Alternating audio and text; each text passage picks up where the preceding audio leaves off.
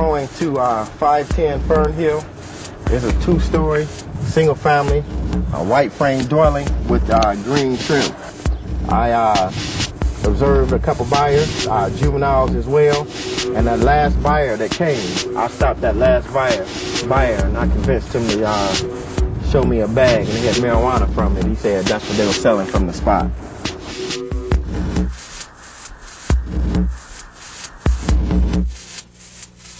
It might be some juveniles on the porch when we get there, because there was some 15, 16-year-olds like going up there when we went. So if we get out and we see gunfire prior to getting out the van, we'll back off. Y'all back off. Okay? Get down the lower portion of the ground. Be safe.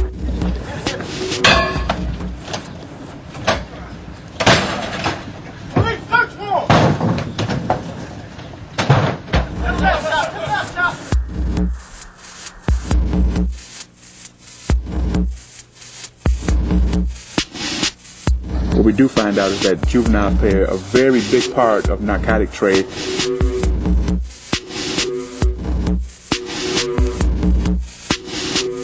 They're not trusted enough a lot of times to deal with the weight, because they can be intimidated by the older guys on the street. So the big guys use the juvenile just to look out and pay them somewhere between $25 to $50 a day to look out and be lookouts and notify them when they're coming by using cell phones, two-way radios, or whistles, or do a certain signal when they see us coming. One of the guys had narcotics on him, so we're still searching, but so far we're good on marijuana, heroin, as well as narcotic proceeds.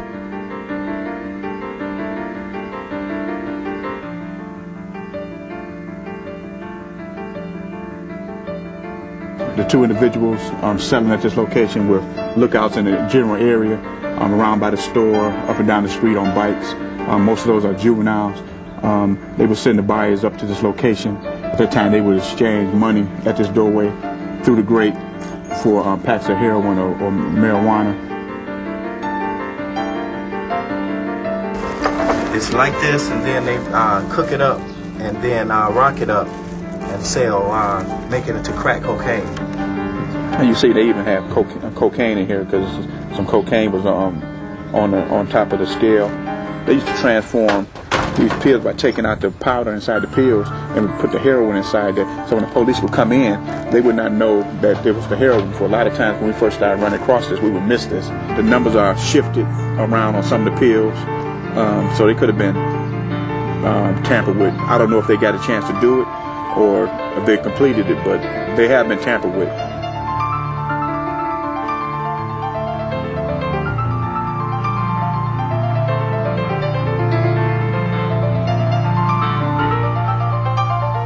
When we pulled up, there was a juvenile that was in the street on the cell phone. I understand when you guys got inside, he had called inside to let them know the police were coming, but... Yes, he was a little late. Yeah, I can't believe that. What up? I really can't. What up, dog? Yeah, I'm here. What's up? I can hear you. I can hear you. What you say? Yeah, you can know till later. You coming by now? All right, hurry up, man. All right. This was an actual conversation for a customer calling the house, putting in an order to purchase narcotics. He should be here in about 10 minutes, he said. And he asked could he owe later, so we'll be standing by until he gets here.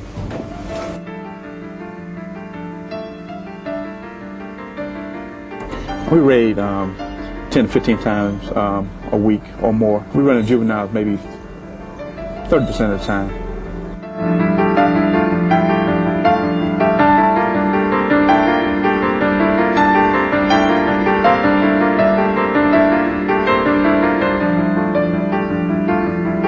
Eight-year-old was the youngest juvenile we came across, and carrying a pistol. We were doing a raid over on John Iron Harmon. Juvenile was assisting some older guys and selling some heroin. Well, they were using him as the running guy. They would stand inside the store. He would go out and get the money, come back to them and get the drugs, and then return to the buyer. At that time, he would make the exchange. We moved in to arrest him. He runs into the store. He had a little 25 Raven automatic in his pocket. You know, we kind of let our guards down because we seen his age. But when you pat him down, we say, oh, he had a weapon. We realized that he could have had a chance to do us if he wanted to do us.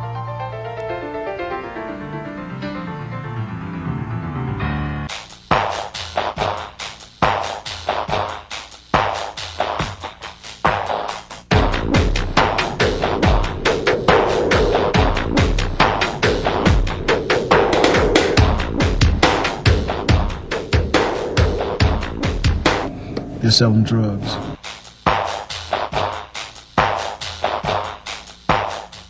You notice they were gathered in a pack. The reason that they gather in a pack like that is so they can protect one another and look out for one another. All right, they spotted us. That's why they separated. Forget the two walking in this direction. What's up, fellas? Where can we find somebody to talk to? We just want to find young folks, not your older drug dealers. We got a bunch of them. We ain't trying to find them. We just trying to find some young guys that know about the dope game that can talk to us about it. How old are you? 17. You said how old are you? 17. Okay, what we want to talk about is juvenile selling dope. Are there a lot of juveniles selling dope in the city of Detroit? Yes, it is, sir. A lot? A lot. A lot. How much money does a juvenile make a day selling dope? A good 3. A good 3. You working all day, it's a good 5 in there. 500 a day? All right. If I'm 15, I can make 500 a day? A day. Like 10-year-olds out here doing it. How long you been dealing or whatever? I've been on these streets since I was a good 9. I've been on third all my life. So. How old are you now? 17. And you were 9 years old? Over here. Yeah. Really? Is it very violent out here in Detroit with juveniles selling dope? If you're going to live by the streets, people better die by the streets. It's 9 years old out here killing people, you know? Who's the toughest gang in the city? What's the toughest gang? 3rd Street Monsters. I said it before. So how big is the dope game here? Oh. Is it huge? Worldwide. Everybody got it. Everybody got it. What's the youngest person that you know of that's selling dope? 13. 13. Your little cousin's 13? 13. Out here. Own everything.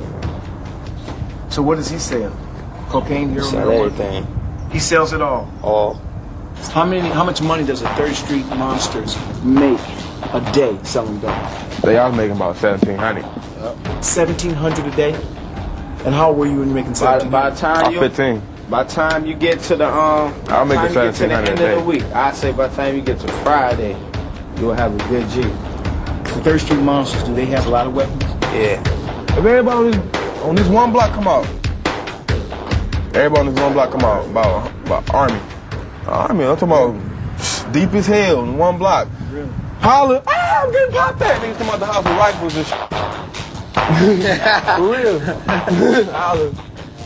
All I got to say. It's get money, that's all it is. Get it how you live. Get how you live. Get it how you live it?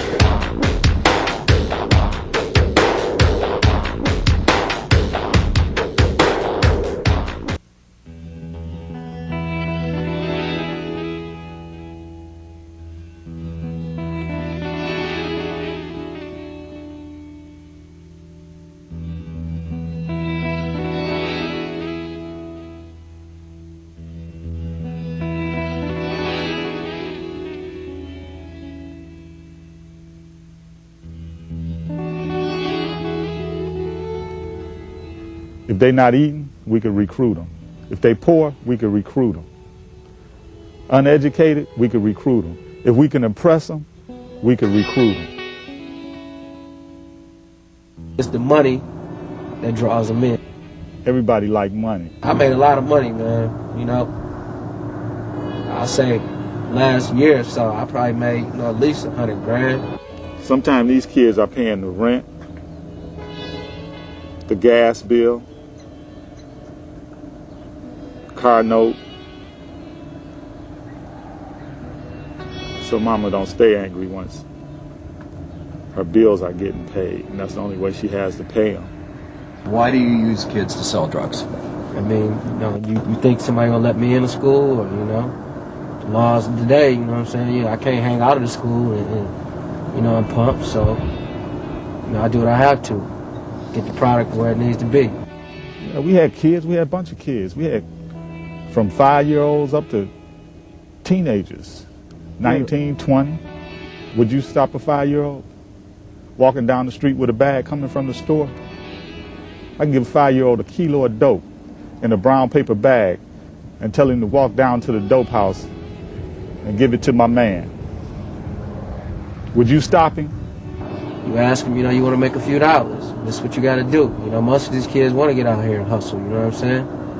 So I talk to them, sit them down, hook them up with the work, let them know, don't f*** up, and, you know, you can make some bread. I use kids. I use grandmamas, mamas. Hey, anybody move the product. It's all about money. What's the best way to recruit a kid into a game? Find out what he likes. Find out what impresses him. What's the best way? Become his friend. And how you do that? Find out what he like to do. You know, if a basketball player like to play basketball, you buy him. If a little kid like playing basketball, you buy him a basketball rim and some gym shoes and a ball. What do the parents say? Thank you.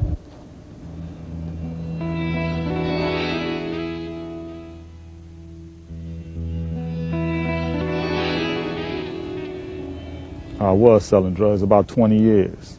Cocaine, heroin, weed, meth, whatever made the money. Where would the kids sell the dope at? On the corner, out of dope houses, out of abandoned houses we set up in,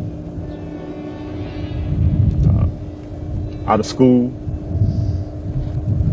to other children in school, other kids in school, to their homies.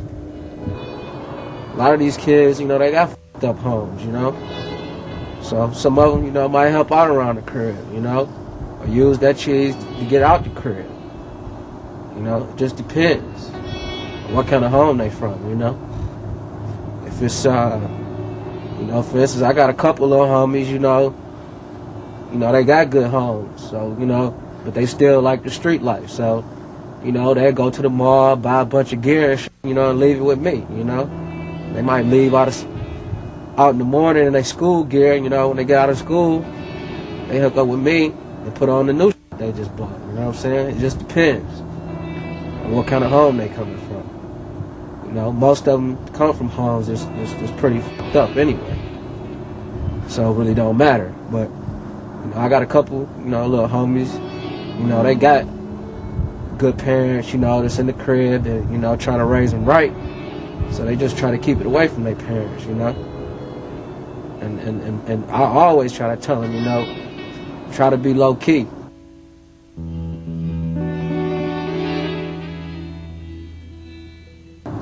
Do these kids carry guns? Some of them do. 9mm, AKs, whatever we could get our hands on. A lot of them carry guns, you know. A lot of them come around me with their you know, and I always tell them, look, you know, put that shit up. Don't get out here caught with no gun, man. Juveniles don't stay in jail. All you gotta do is send take their mother down there to get them out. And they're back on the street within hours. You carry a gun? Yeah, I just told you, I carry a gun everywhere I go. You have a gun on you now? Hell yeah, I got a gun on me now.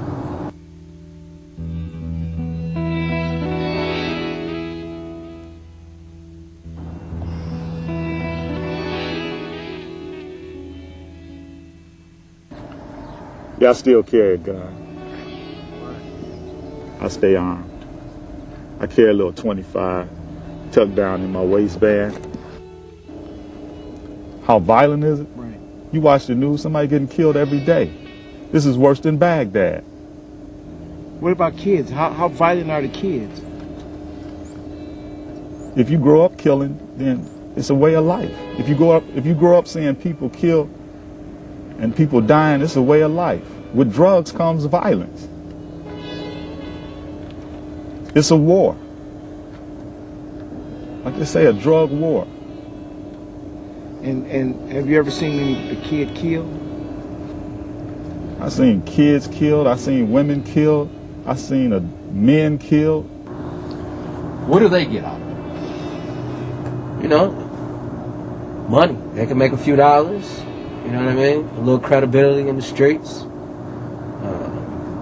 know, somehow I'm gonna hook them up with a cell phone. And, you know, get one of my heads to rent them a car or something, or get them a hotel room. What happens if a kid comes home with a brand new pair of gym shoes?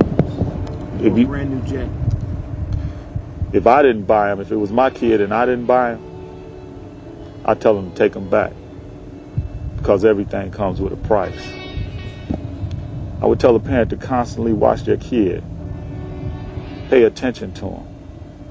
Pay attention to who they're with, where they're at. Search their rooms. Go in their rooms. Look up under the bed. Look up under the mattress. Make sure your child educated. Know what he's doing. Look in his room. Go through his drawers. Some parents don't even know their kids selling dope. Really? They don't know they got guns in the dresser drawer in their bedroom. They don't know they got a kilo in the bedroom up under the bed. An AK up under the mattress. Check your kids. See what they're doing. Know where they are. Do you tell kids the negatives about being involved in drug dealing? Of course. What are some of the things that you tell them? I tell them that this could lead to death, an instant death. Well, we try to simulate death. We put them in the room, cut off the lights, tell them to close their eyes. And we tell them death is 10 times worse than that. Kids and selling dope, don't do it. The bottom line is don't do it, because you're going to pay with your life. You're either going to die, you're either going to be locked up, incarcerated, or either you're going to be on the run for the rest of your life.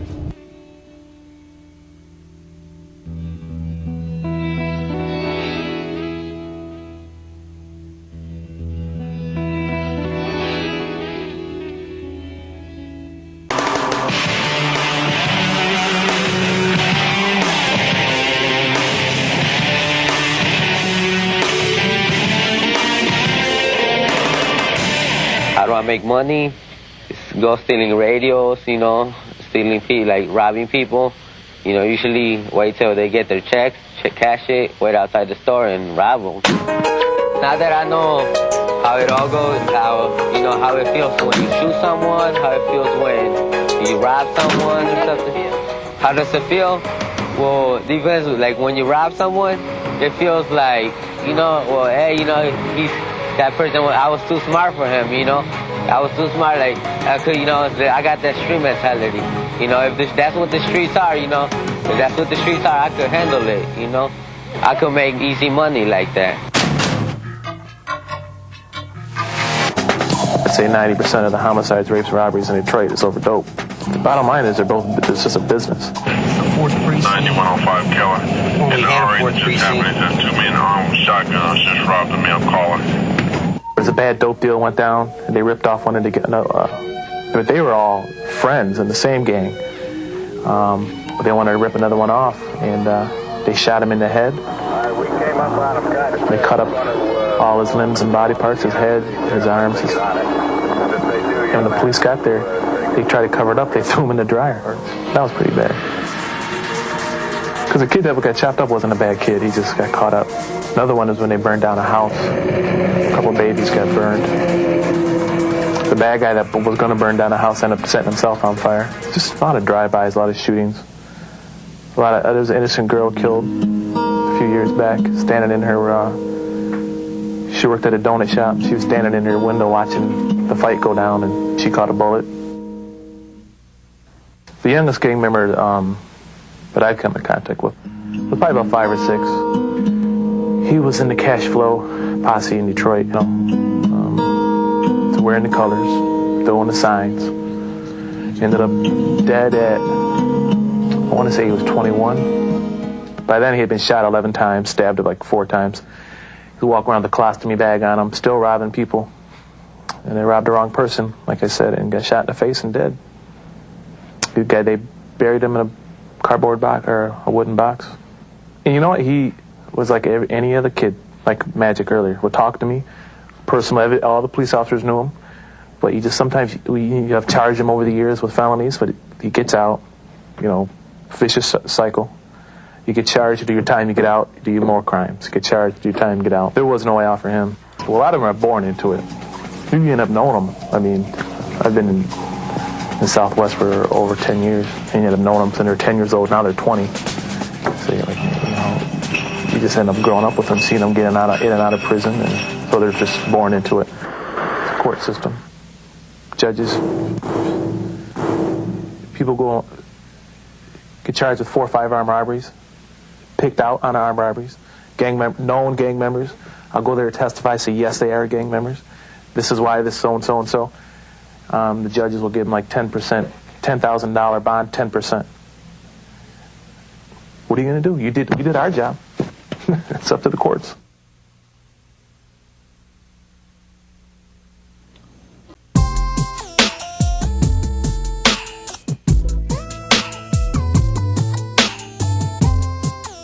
The documentary is called Toughest Streets in America. You know, and y'all see when I'm driving, so you know if y'all see me riding around for the next couple of days, it's us in this van. So y'all got to look out for us. So y'all going to look out for us, right? This is the truck I'm in. This is the only truck I'm going to be. So if I just ride and stay on this street and I'll see some more Dexter boys? You stand right here, you going to see some more. See a lot of more. Stand right here.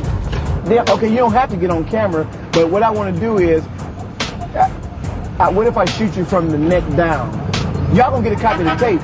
I ain't gonna lie, you almost caught something earlier though, so you almost caught something earlier. You thought y'all Okay, so you see the truck, so you know that I'm in the truck. Y'all gonna make sure nothing happen to us. Yeah, nothing gonna happen.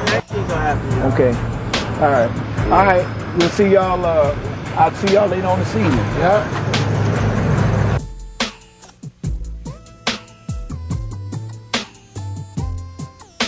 It's a documentary about the toughest streets. Who's the toughest gang in the country? Who's the toughest? It's just y'all hang out. Okay. Hold on. Now, so you understand what the documentary is about. Who's got the toughest streets and the toughest crew? The Chicago, LA, and we heard about 2 crews here. I'm just telling you. We're going to show you face. We won't show any faces. Yeah. Oh, so you can't stand nowhere on the streets now? Pardon me? You can't stand nowhere on the streets now? Y'all part of the Dexter crew? Hell no. Hell no. Your kids' crew? Okay. And so we're going to all the major cities, and we're trying to see who's the toughest. And whichever ones we see is the toughest, that's the ones we're going to play. How can y'all tell the difference if I come in the hood? How can you tell if I'm a Dexter boy or if I'm a Joy Road boy? If you from Dexter part over here, we white teed and black teed. Oh, white and black tee. Yeah. Can y'all hook something up where we can come talk to the guys in the white t-shirts? Because that's what we've been seeing everywhere. Get rolled over if you don't roll with us. That's why we get rolled over. That's okay. And so y'all just on Dexter, or you go from that side to the side? Both sides. Both sides, basically. Okay, let me ask you this: how many Dexter boys is it? Is it a lot of y'all? Is it just 6 of y'all? Whole ship. A ship? What's a ship? A whole army full of us. Like 100 of y'all? Yeah. Oh, it's more than 100? Yeah, it's about 1,000 of us. About 1,000. About how many? About 1,000 of us. I'm gonna say 700. I'm gonna say 1,000. Now, let me ask you this: if I come over here and I decide to sell, because this is a popular station right here, right? Can I just come right there and just start selling? Ooh, boy, you're trying to get hurt. These people that been out here and been eating. And you stepping on their toes. Check our feet. That's how my daughter taking food out people's babies' mouths and stuff. Yeah, that's how my daughter. Somebody gonna hurt you over that. We not about to you're not about to come over here and just think you go shut up shop or think you go do something. It's not gonna happen over here. Or you go be in the street. And Miss go come get you. So it's people. So you even got people who live over here that can't roll without your permission. Without our permission. And so who do I get permission from? Like you? I'll bet they gonna let you do that, man. If I say you ain't rolling, you ain't rolling. So I show my pistol. I say, well, look, what? And all we gotta do is be one car. You gonna have that one pistol? One thing. And everybody gonna have like 2 pistols. You gonna get left stinking, yeah, basically. Left stinking. Should we y'all show guns? Yeah. What you wanna see? The big ones or the little? You wanna see all? Whatever you show us. We wanna see some big ones. Go to the gas station. How they gonna know we coming? Y'all gonna tell them we coming? Post like you post us. Oh, okay. Is it gonna be some guys over there? Yeah. How am I gonna be able to tell them? They have on a black shirt or a white shirt? Yeah. Tell them Dexter Gladstone. Oh, okay, Dexter and Gladstone. Okay. Okay. Okay. Okay. Okay. And whichever ones we see is the toughest, that's the ones we gonna play. Like, we ain't tough, man. We out here trying to get some money, man. Dexter boys all day, around Dre Road area, you know what I'm saying? All we can do is get bread, man. Ain't nothing else. Ain't nothing else to talk about. Money. Try and do it like your street lord, cheddar boy. Hey, your gas cap is off. All right. All right, y'all be cool, Dexter boy.